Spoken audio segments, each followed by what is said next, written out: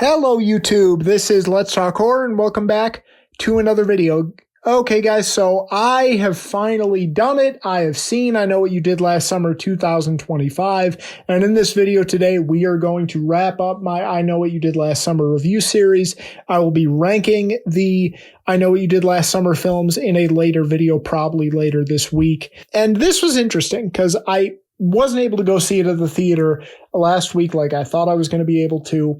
And that allowed me to see more of the reactions. And I didn't watch any review before making this video. But it's interesting because the reactions to this film have been fairly divisive when it comes to this. There are some content creators and some channels that I really respect that are saying not only is this one of the best I Know What You Did Last Summer movies in the franchise, but this is one of the best legacy sequels overall in horror and in slashers. That's really interesting.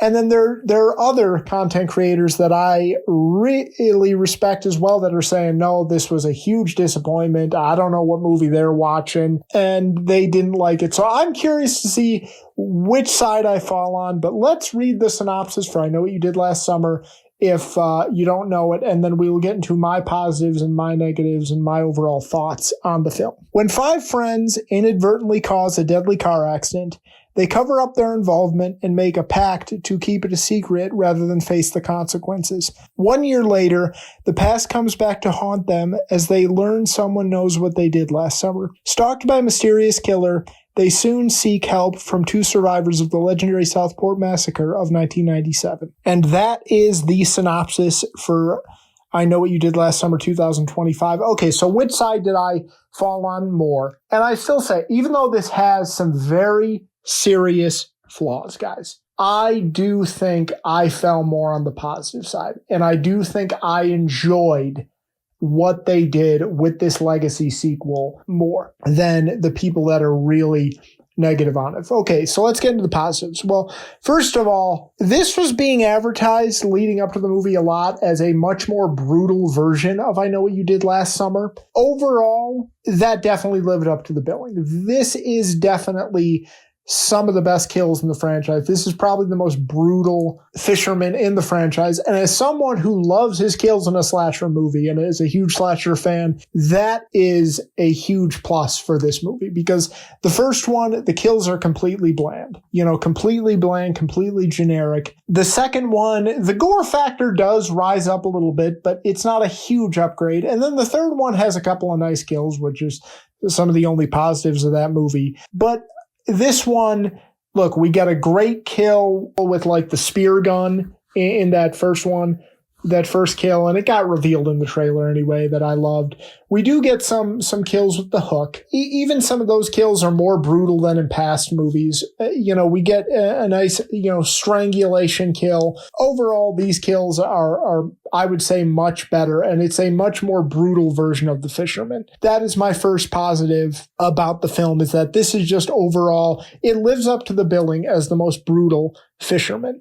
Second thing is, I like the balance of a legacy sequel. I like what they did with Jennifer Love Hewitt. She stepped into the role. Look, they make her a part of the story. She's a big presence in the story, but I like that they didn't go with the Laurie Strode aspect here where she's, been traumatized for decades. I like that they went in a different direction with that. And whereas she's this college professor, she's moved on with her life. She seems for the most part pretty happy, but it's still a part of her. The past is still a part of her. She hasn't entirely moved on. But again, it's not like a Laurie Strode situation in Halloween 2018.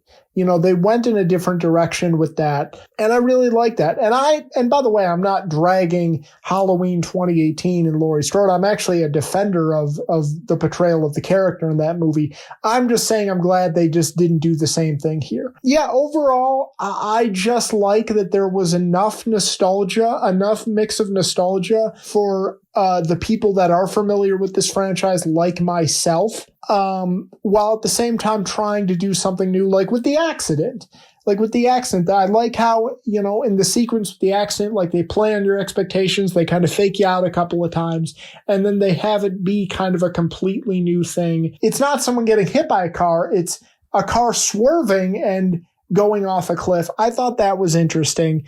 I liked that play on things. Yeah, even when it comes to like the Legacy sequel, you know, we obviously had Freddie Prinze Jr. and Jennifer Love Hewitt, and their performances are good. But overall, you know, we got a surprise one that, you know, was probably more of a surprise to the people that have seen it when it came out last weekend, because sadly, and I try to stay off social media, I did have Sarah Michelle Gellar's appearance spoiled for me. I did have it spoiled for me by a social media account I trust. It sucks that I had to wait, but, you know, it is what it is. But it was still enjoyable to see her. It would have been a nice, pleasant surprise, but I did enjoy her appearance in a dream sequence. That was a nice little surprise, and she looks great, and she was great in the role too. So even a nice little touch of nostalgia for those of us who are familiar with the franchise. But you can sit down and watch this and not be familiar with the franchise, or only be familiar with the first one, and still enjoy it. So that's nice. You know, it was a nice mix of nostalgia while offering something new. And then overall, yeah, the whodunit I thought was pretty well done. They introduced a lot of interesting characters in this movie. That's one thing I like. You know, the other movies in this, they could never shake Ben Willis. Obviously, it was well done in the first one, but this is actually a whodunit that's not connected to Ben Willis. You know, they actually play it up and you know, they offer a lot of suspicious characters, and there were, you know, it was a decently well done whodunit like in the original, and it's not Ben Willis. There you go. There's your spoiler. It's not Ben Willis. It's not anyone connected to Ben Willis.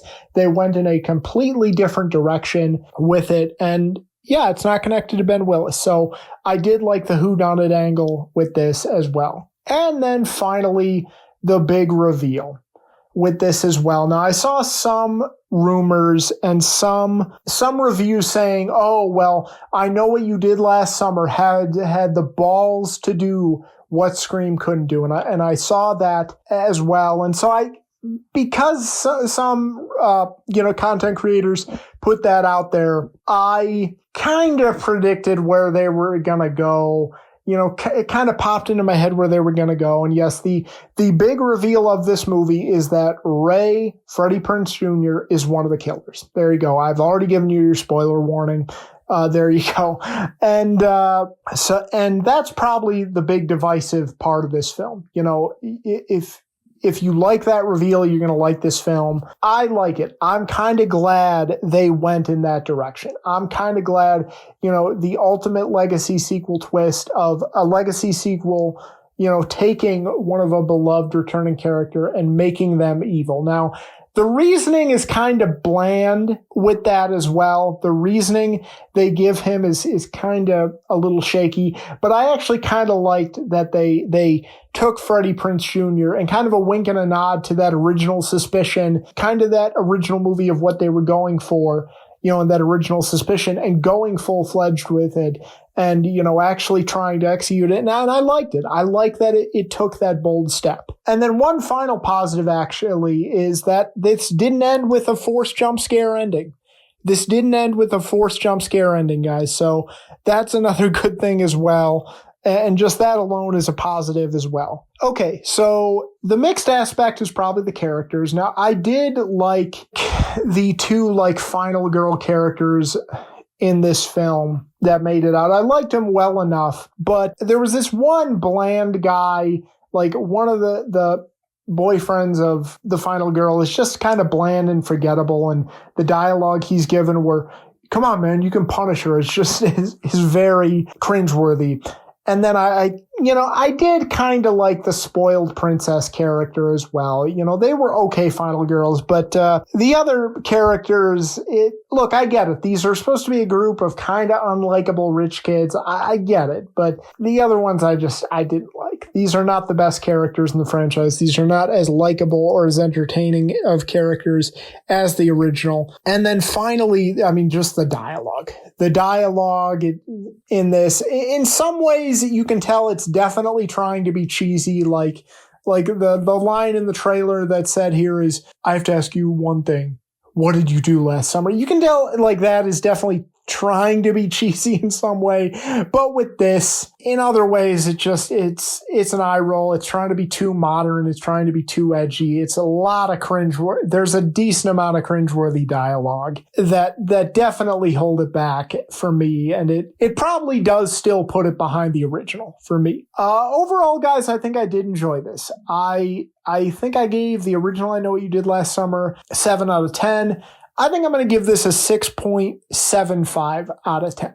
Yeah, 6.75 out of 10. I like a lot of what they did with the Legacy sequel. This is an absolutely brutal Fisherman. I think they had a good mix of nostalgia while trying to do something new and playing on your expectations. I liked a few of the characters, and I liked the whodunit. You know, some of the other characters and the dialogue, it definitely holds it back for me a bit. So that's just kind of my general thoughts. I do lean more positive with this movie. And yeah, I'm going to do my ranking video later this week. And I hope you enjoyed today's video, and I will see you guys later. Okay, take care.